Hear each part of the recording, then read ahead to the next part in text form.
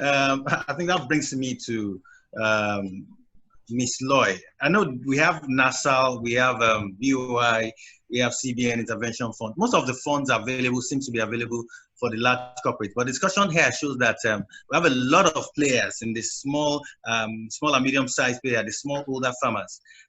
For your organization, for organization like yours, what effort is being made to support the growth in this segment? I know there are usually on-lending facilities from BOI, you lend to the corporates who, or the aggregators who then on-lend to the smallholder farmers. But do we have a coordinated approach that we can also, maybe for, like Mr. Ade said, if you have cooperatives and the likes, and then you disburse to them, then what efforts is being made to sustain financing to the smallholder farmers? Thank you very much, Femi. So my activity is just a facilitation platform where we facilitate the flow of finance, demand and supply side, hold both sides, and make linkages. So we don't provide financing.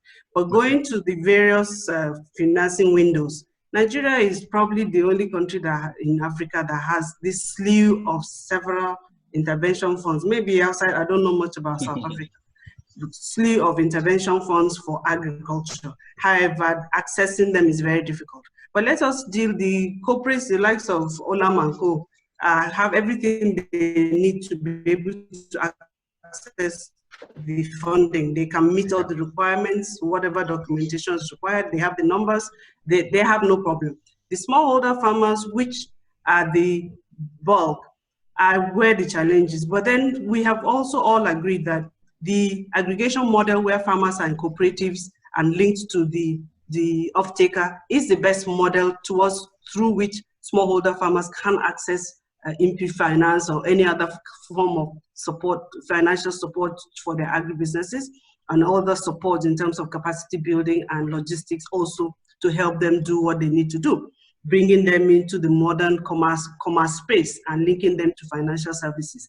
That model is what we need to build and replicate several Babangonas, several Olams, several Farm Crowdies, several alluvials, and all of those, so that we will have clusters of farmers like the Rifan are doing with their farmers, and MAN. All these these are the people we support to help build their capacity to do what they do best, so they can access anchor borrower funds to give their farmers. Now, when we talk about anchor borrower funds, it's there. NASAL did it. How successful was it in Kebbi and all of that? These things are bedeviled by administrative incompetence and lack of transparency. Now, anchor borrower has been moved from Central Bank to NASAL MFB. What capacity do they have? The team that is handling the anchor borrower desk in NASAL MFB, there are probably 2 of them or 3. It's not possible, and the process still requires that an anchor like Olam, for instance, if they want to do for their farmers in Nasarawa, needs to write a letter to the Director of Development Finance in CBN to indicate interest, expression of interest to secure funding under the anchor borrower window. Then an acknowledgement letter from there, use it to apply to send to NASAL MFB, based on which they will commence the arduous process of engaging.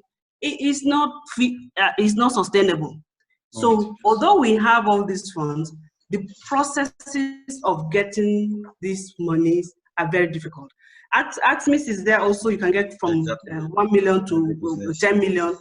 The process is also cumbersome. It's online, all right, but you're required to do a training, which is good with the EDIs, then apply online, and then but then it's the same NASAL MFB that is handling this, and they do not have the right capacity in terms of human resources, not competence, human resource to deal with these huge volume deals, transactions that have been loaded on them. Now, COVID fund has also been offloaded to them. So if you go, so these are 3 heavy duty intervention funds that have been downloaded on a highly ill-resourced in terms of human resources. They have, the people that are there have competence, but they don't have the numbers to deal with these 3 huge, very important intervention funds. We need to do better. We need to change the process. So it is available, but it's not accessible. Okay, thank you very much, Ms. Lois. I think next time we'll probably invite some officials of Nassau Microfinance Bank, maybe some guys from BY ACMEs to come and also speak to us. Maybe players in that sector can understand what they need to do so that they can easily access some of this funding and develop the smallholder farmers.